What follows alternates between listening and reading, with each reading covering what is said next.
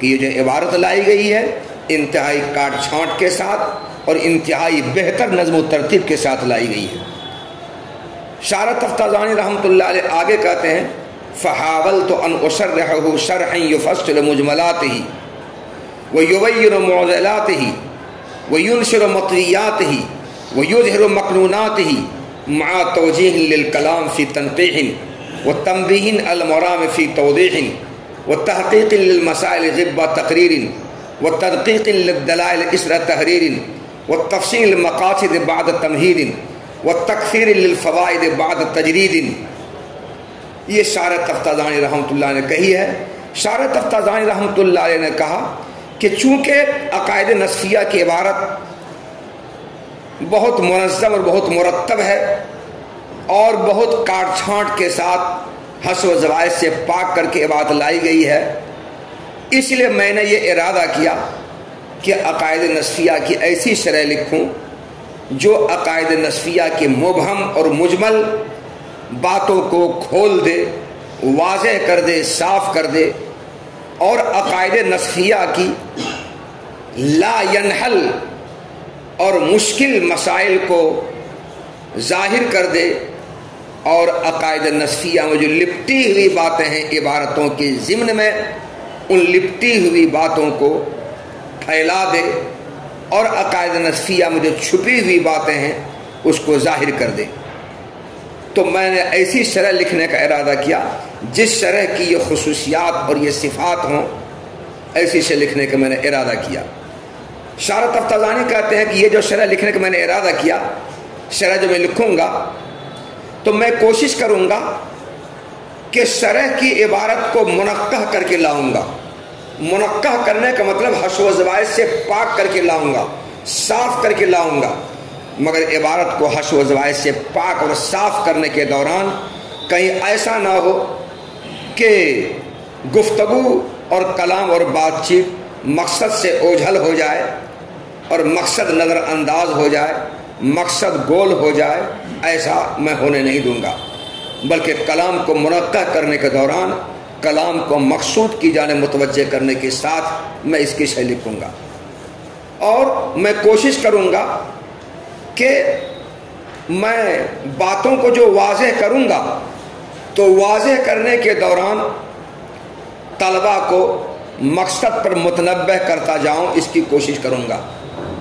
کہیں ایسا نہ ہو کہ باتوں کو واضح کرنے کے دوران مقصد گول ہو جائے، نظروں سے اوجھل ہو جائے، دماغ سے غائب ہو جائے، ایسا میں ہونے نہیں دوں گا۔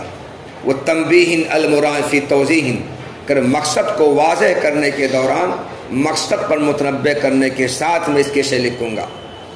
اور میں یہ جو شرح لکھوں گا تو پہلے مسائل کو میں بیان کروں گا، مصنف عمر نصفی رحمۃ اللہ علیہ کے ذکر کردہ مسئلے کو، ان کے علاوہ دیگر علماء متکلمین کے نزدیک جو مسائل اس کو بیان کروں گا۔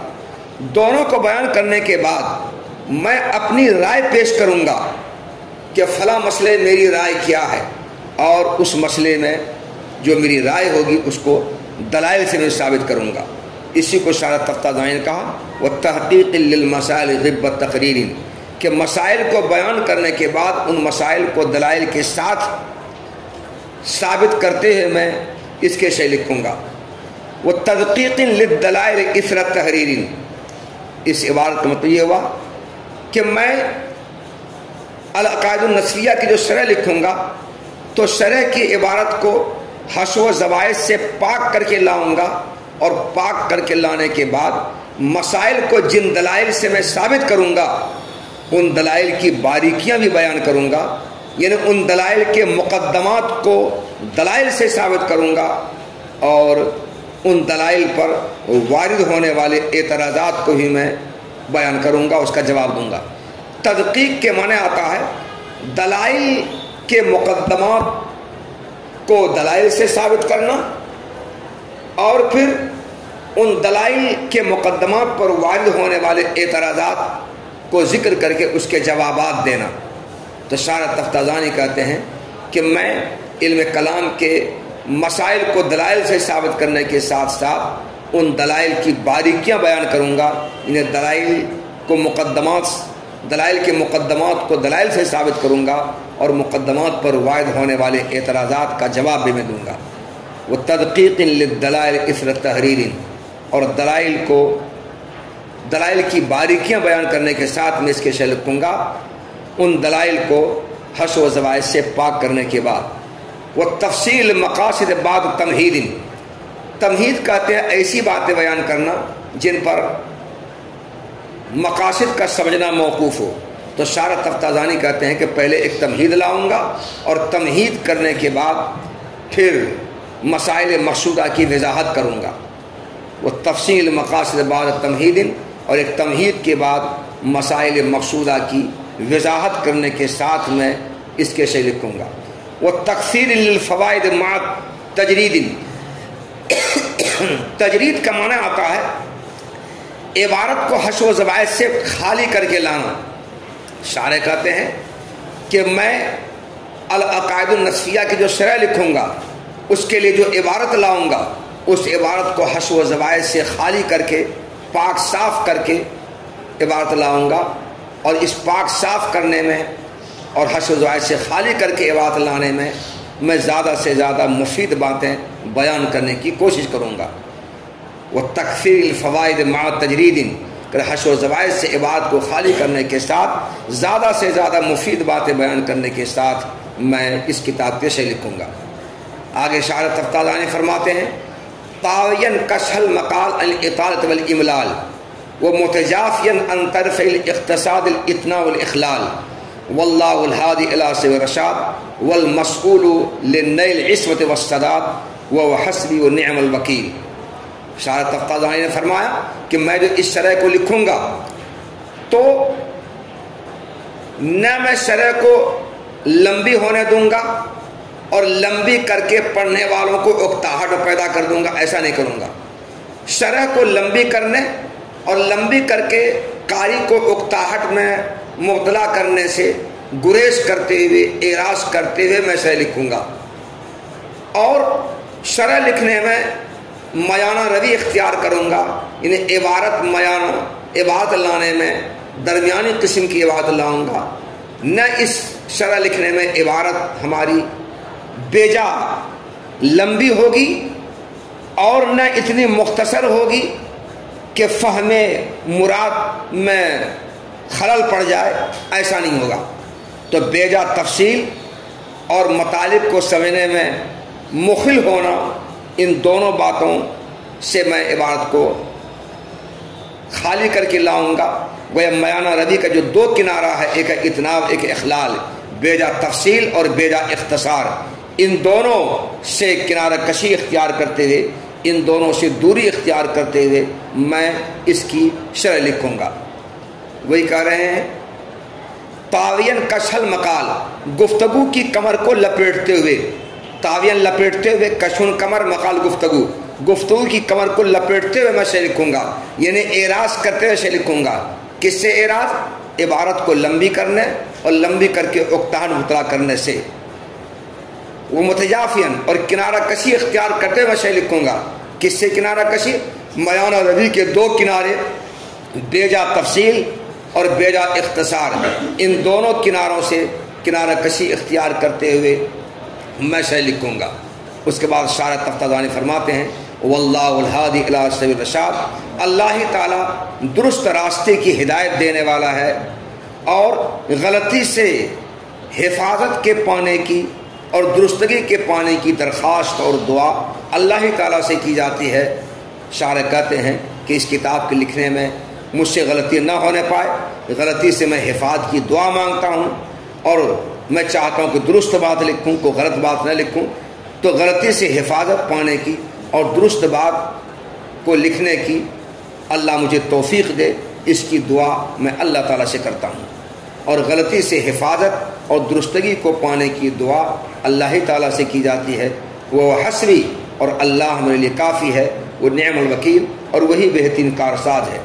بچوں آگے کہتے ہیں اعلم ان الاحکام الشرعیۃ منها ما يتعلق بکیفیت العمل وتسمى فرعیۃ وعملیۃ ومنها ما يتعلق بالاعتقاد وتسمى أصلية واعتقادية، والعلم المتعلق بالأولى يسمى علم الشرائع والأحكام لما أنها لا تستفاد إلا من جهة الشرع ولا يسبق الفهم عند إطلاق الأحكام إلا إليها، وبالثانية علم التوحيد والصفات لما أن ذلك أشهر مباحثه وأشرف مقاصده۔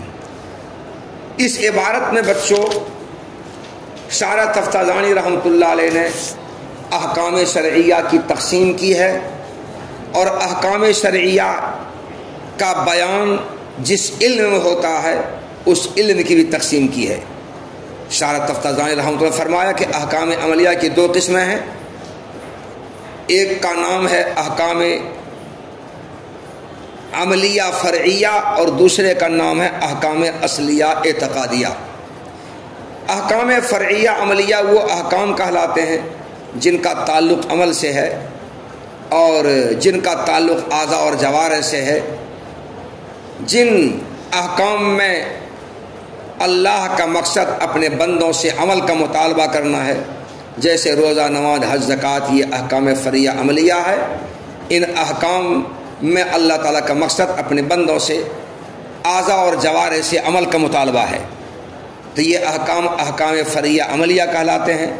عملیہ اس لیے کہتے ہیں کہ ان کا تعلق عمل سے ہے، فرعیہ اس لیے کہتے ہیں کہ یہ احکام اصلیہ پر متفرع ہیں، احکام اعتقادیہ پر متفرع ہیں، اس لیے ان کو احکام فرعیہ کہا جاتا ہے۔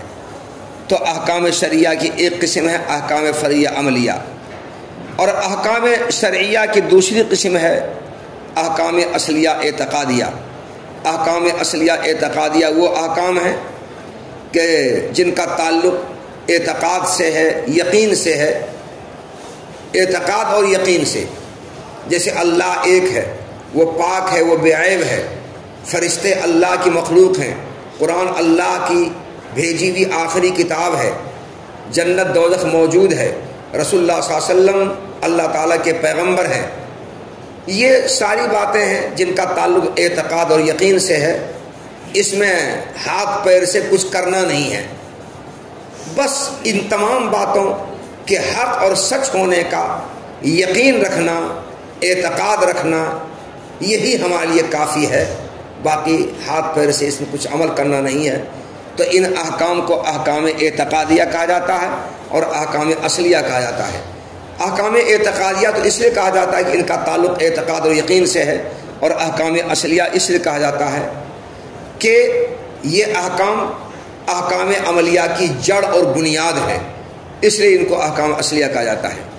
تو یہ احکام شرعیہ کی دو قسمیں ہیں، ایک احکام فرعیہ عملیہ، دوسرے احکام اصلیہ اعتقادیہ، دونوں کو احکام شرعیہ کہا جاتا ہے۔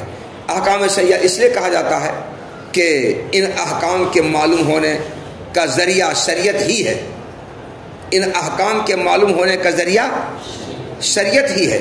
شریعت کے علاوہ اللہ رسول کے بتلائے بغیر ہمیں یہ احکام معلوم ہو سکتے ہیں، عقل سے یہ احکام معلوم ہو سکتے ہیں، شریعت ہی سے معلوم ہوتے ہیں، اس لیے ان احکام کو احکام شرعیہ کہا جاتا ہے۔ تو اس میں احکام شرعیہ کی دو قسمیں کی ہیں۔ اس کے بعد ان احکام شرعیہ کا بیان جس علم میں ہوتا ہے اس علم کی بھی دو قسمیں کی ہیں۔ انہوں نے آگے کہا کہ احکام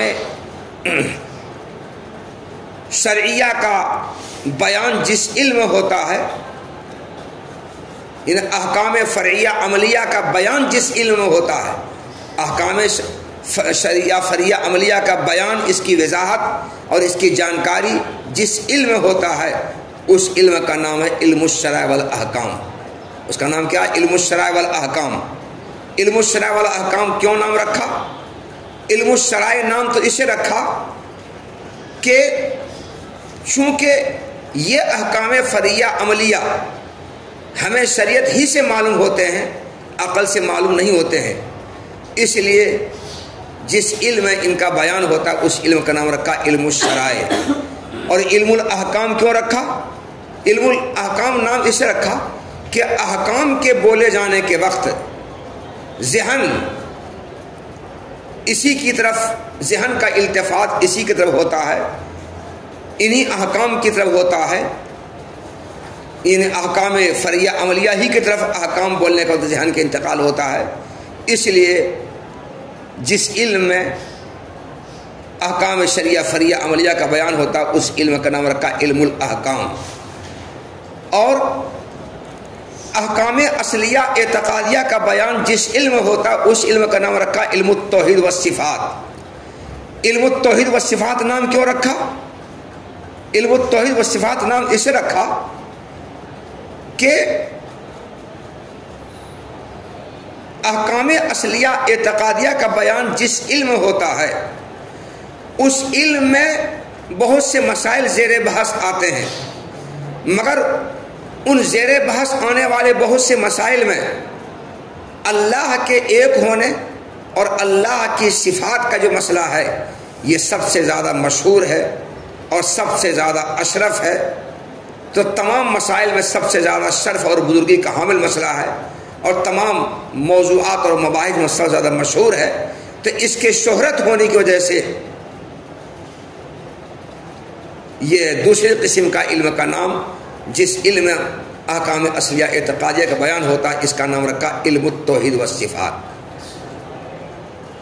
ترجمہ دیکھو اس کا بچوں، پھر جان لو اعلم ان الاحکام الشریعہ، کہ بچوں اس بات کو جان لو کہ احکام شریعہ میں سے بعض احکام وہ ہیں جس کا تعلق عمل کی کیفیت سے ہے، اور ان احکام کا نام احکام فریہ عملیہ ہے، اور انہی احکام میں سے بعض احکام وہ ہیں جس کا تعلق اعتقاد سے ہے، اور ان احکام کا نام احکام اصلیہ اعتقادیہ رکھا جاتا ہے۔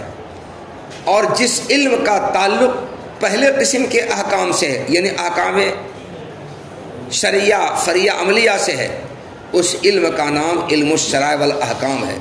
علم شرائع کیوں نام رکھا؟ اس وجہ سے کہ یہ احکام شریعہ فریہ عملیہ شریعت ہی سے معلوم ہوتے ہیں، شریعت کے علاوہ عقل سے معلوم نہیں ہو سکتے ہیں، اس لیے اس علم کا نام رکھا علم الشرائع۔ اور علم الاحکام کیوں رکھا؟ ولا اسم الفہم، اگر احکام کے بولے جانے کے وقت ذہن کا انتقال انہی احکام فریہ عملیہ کی طرف ہوتا ہے، اس لیے اس کا نام رکھا علم الاحکام۔ اور جس علم کا تعلق دوسرے قسم کے احکام سے ہے اس علم کا نام رکھا علم التوحید والصفات۔ علم التوحید والصفات نام کیوں رکھا؟ اس وجہ سے کہ یہ علم یعنی علم التوحید والصفات اس علم کے تمام موضوعات اور مسائل میں سب سے زیادہ مشہور ہے، اور اس کے مسائل میں سب سے زیادہ شرف اور بزرگی کا حامل مسئلہ ہے۔ وہ بشانت علم التوحید، اور جس علم کا تعلق دوسرے قسم کے احکام سے ہے یعنی احکام اصلیہ اعتقادیہ سے ہے اس علم کا نام علم التوحید والصفات رکھا۔ علم التوحید والصفات نام کیوں رکھا اس کا؟ اس وجہ سے کہ توحید اور صفات کا جو مسئلہ ہے یہ اس علم کے یعنی علم کلام کے تمام مباحث اور مسائل میں سب سے زیادہ مشہور ہے، اور اس کے تمام مسائل میں سب سے زیادہ شرف و بزرگی کا حامل مسئلہ ہے، اس لیے اس کا نام رکھا علم التوحید والصفات۔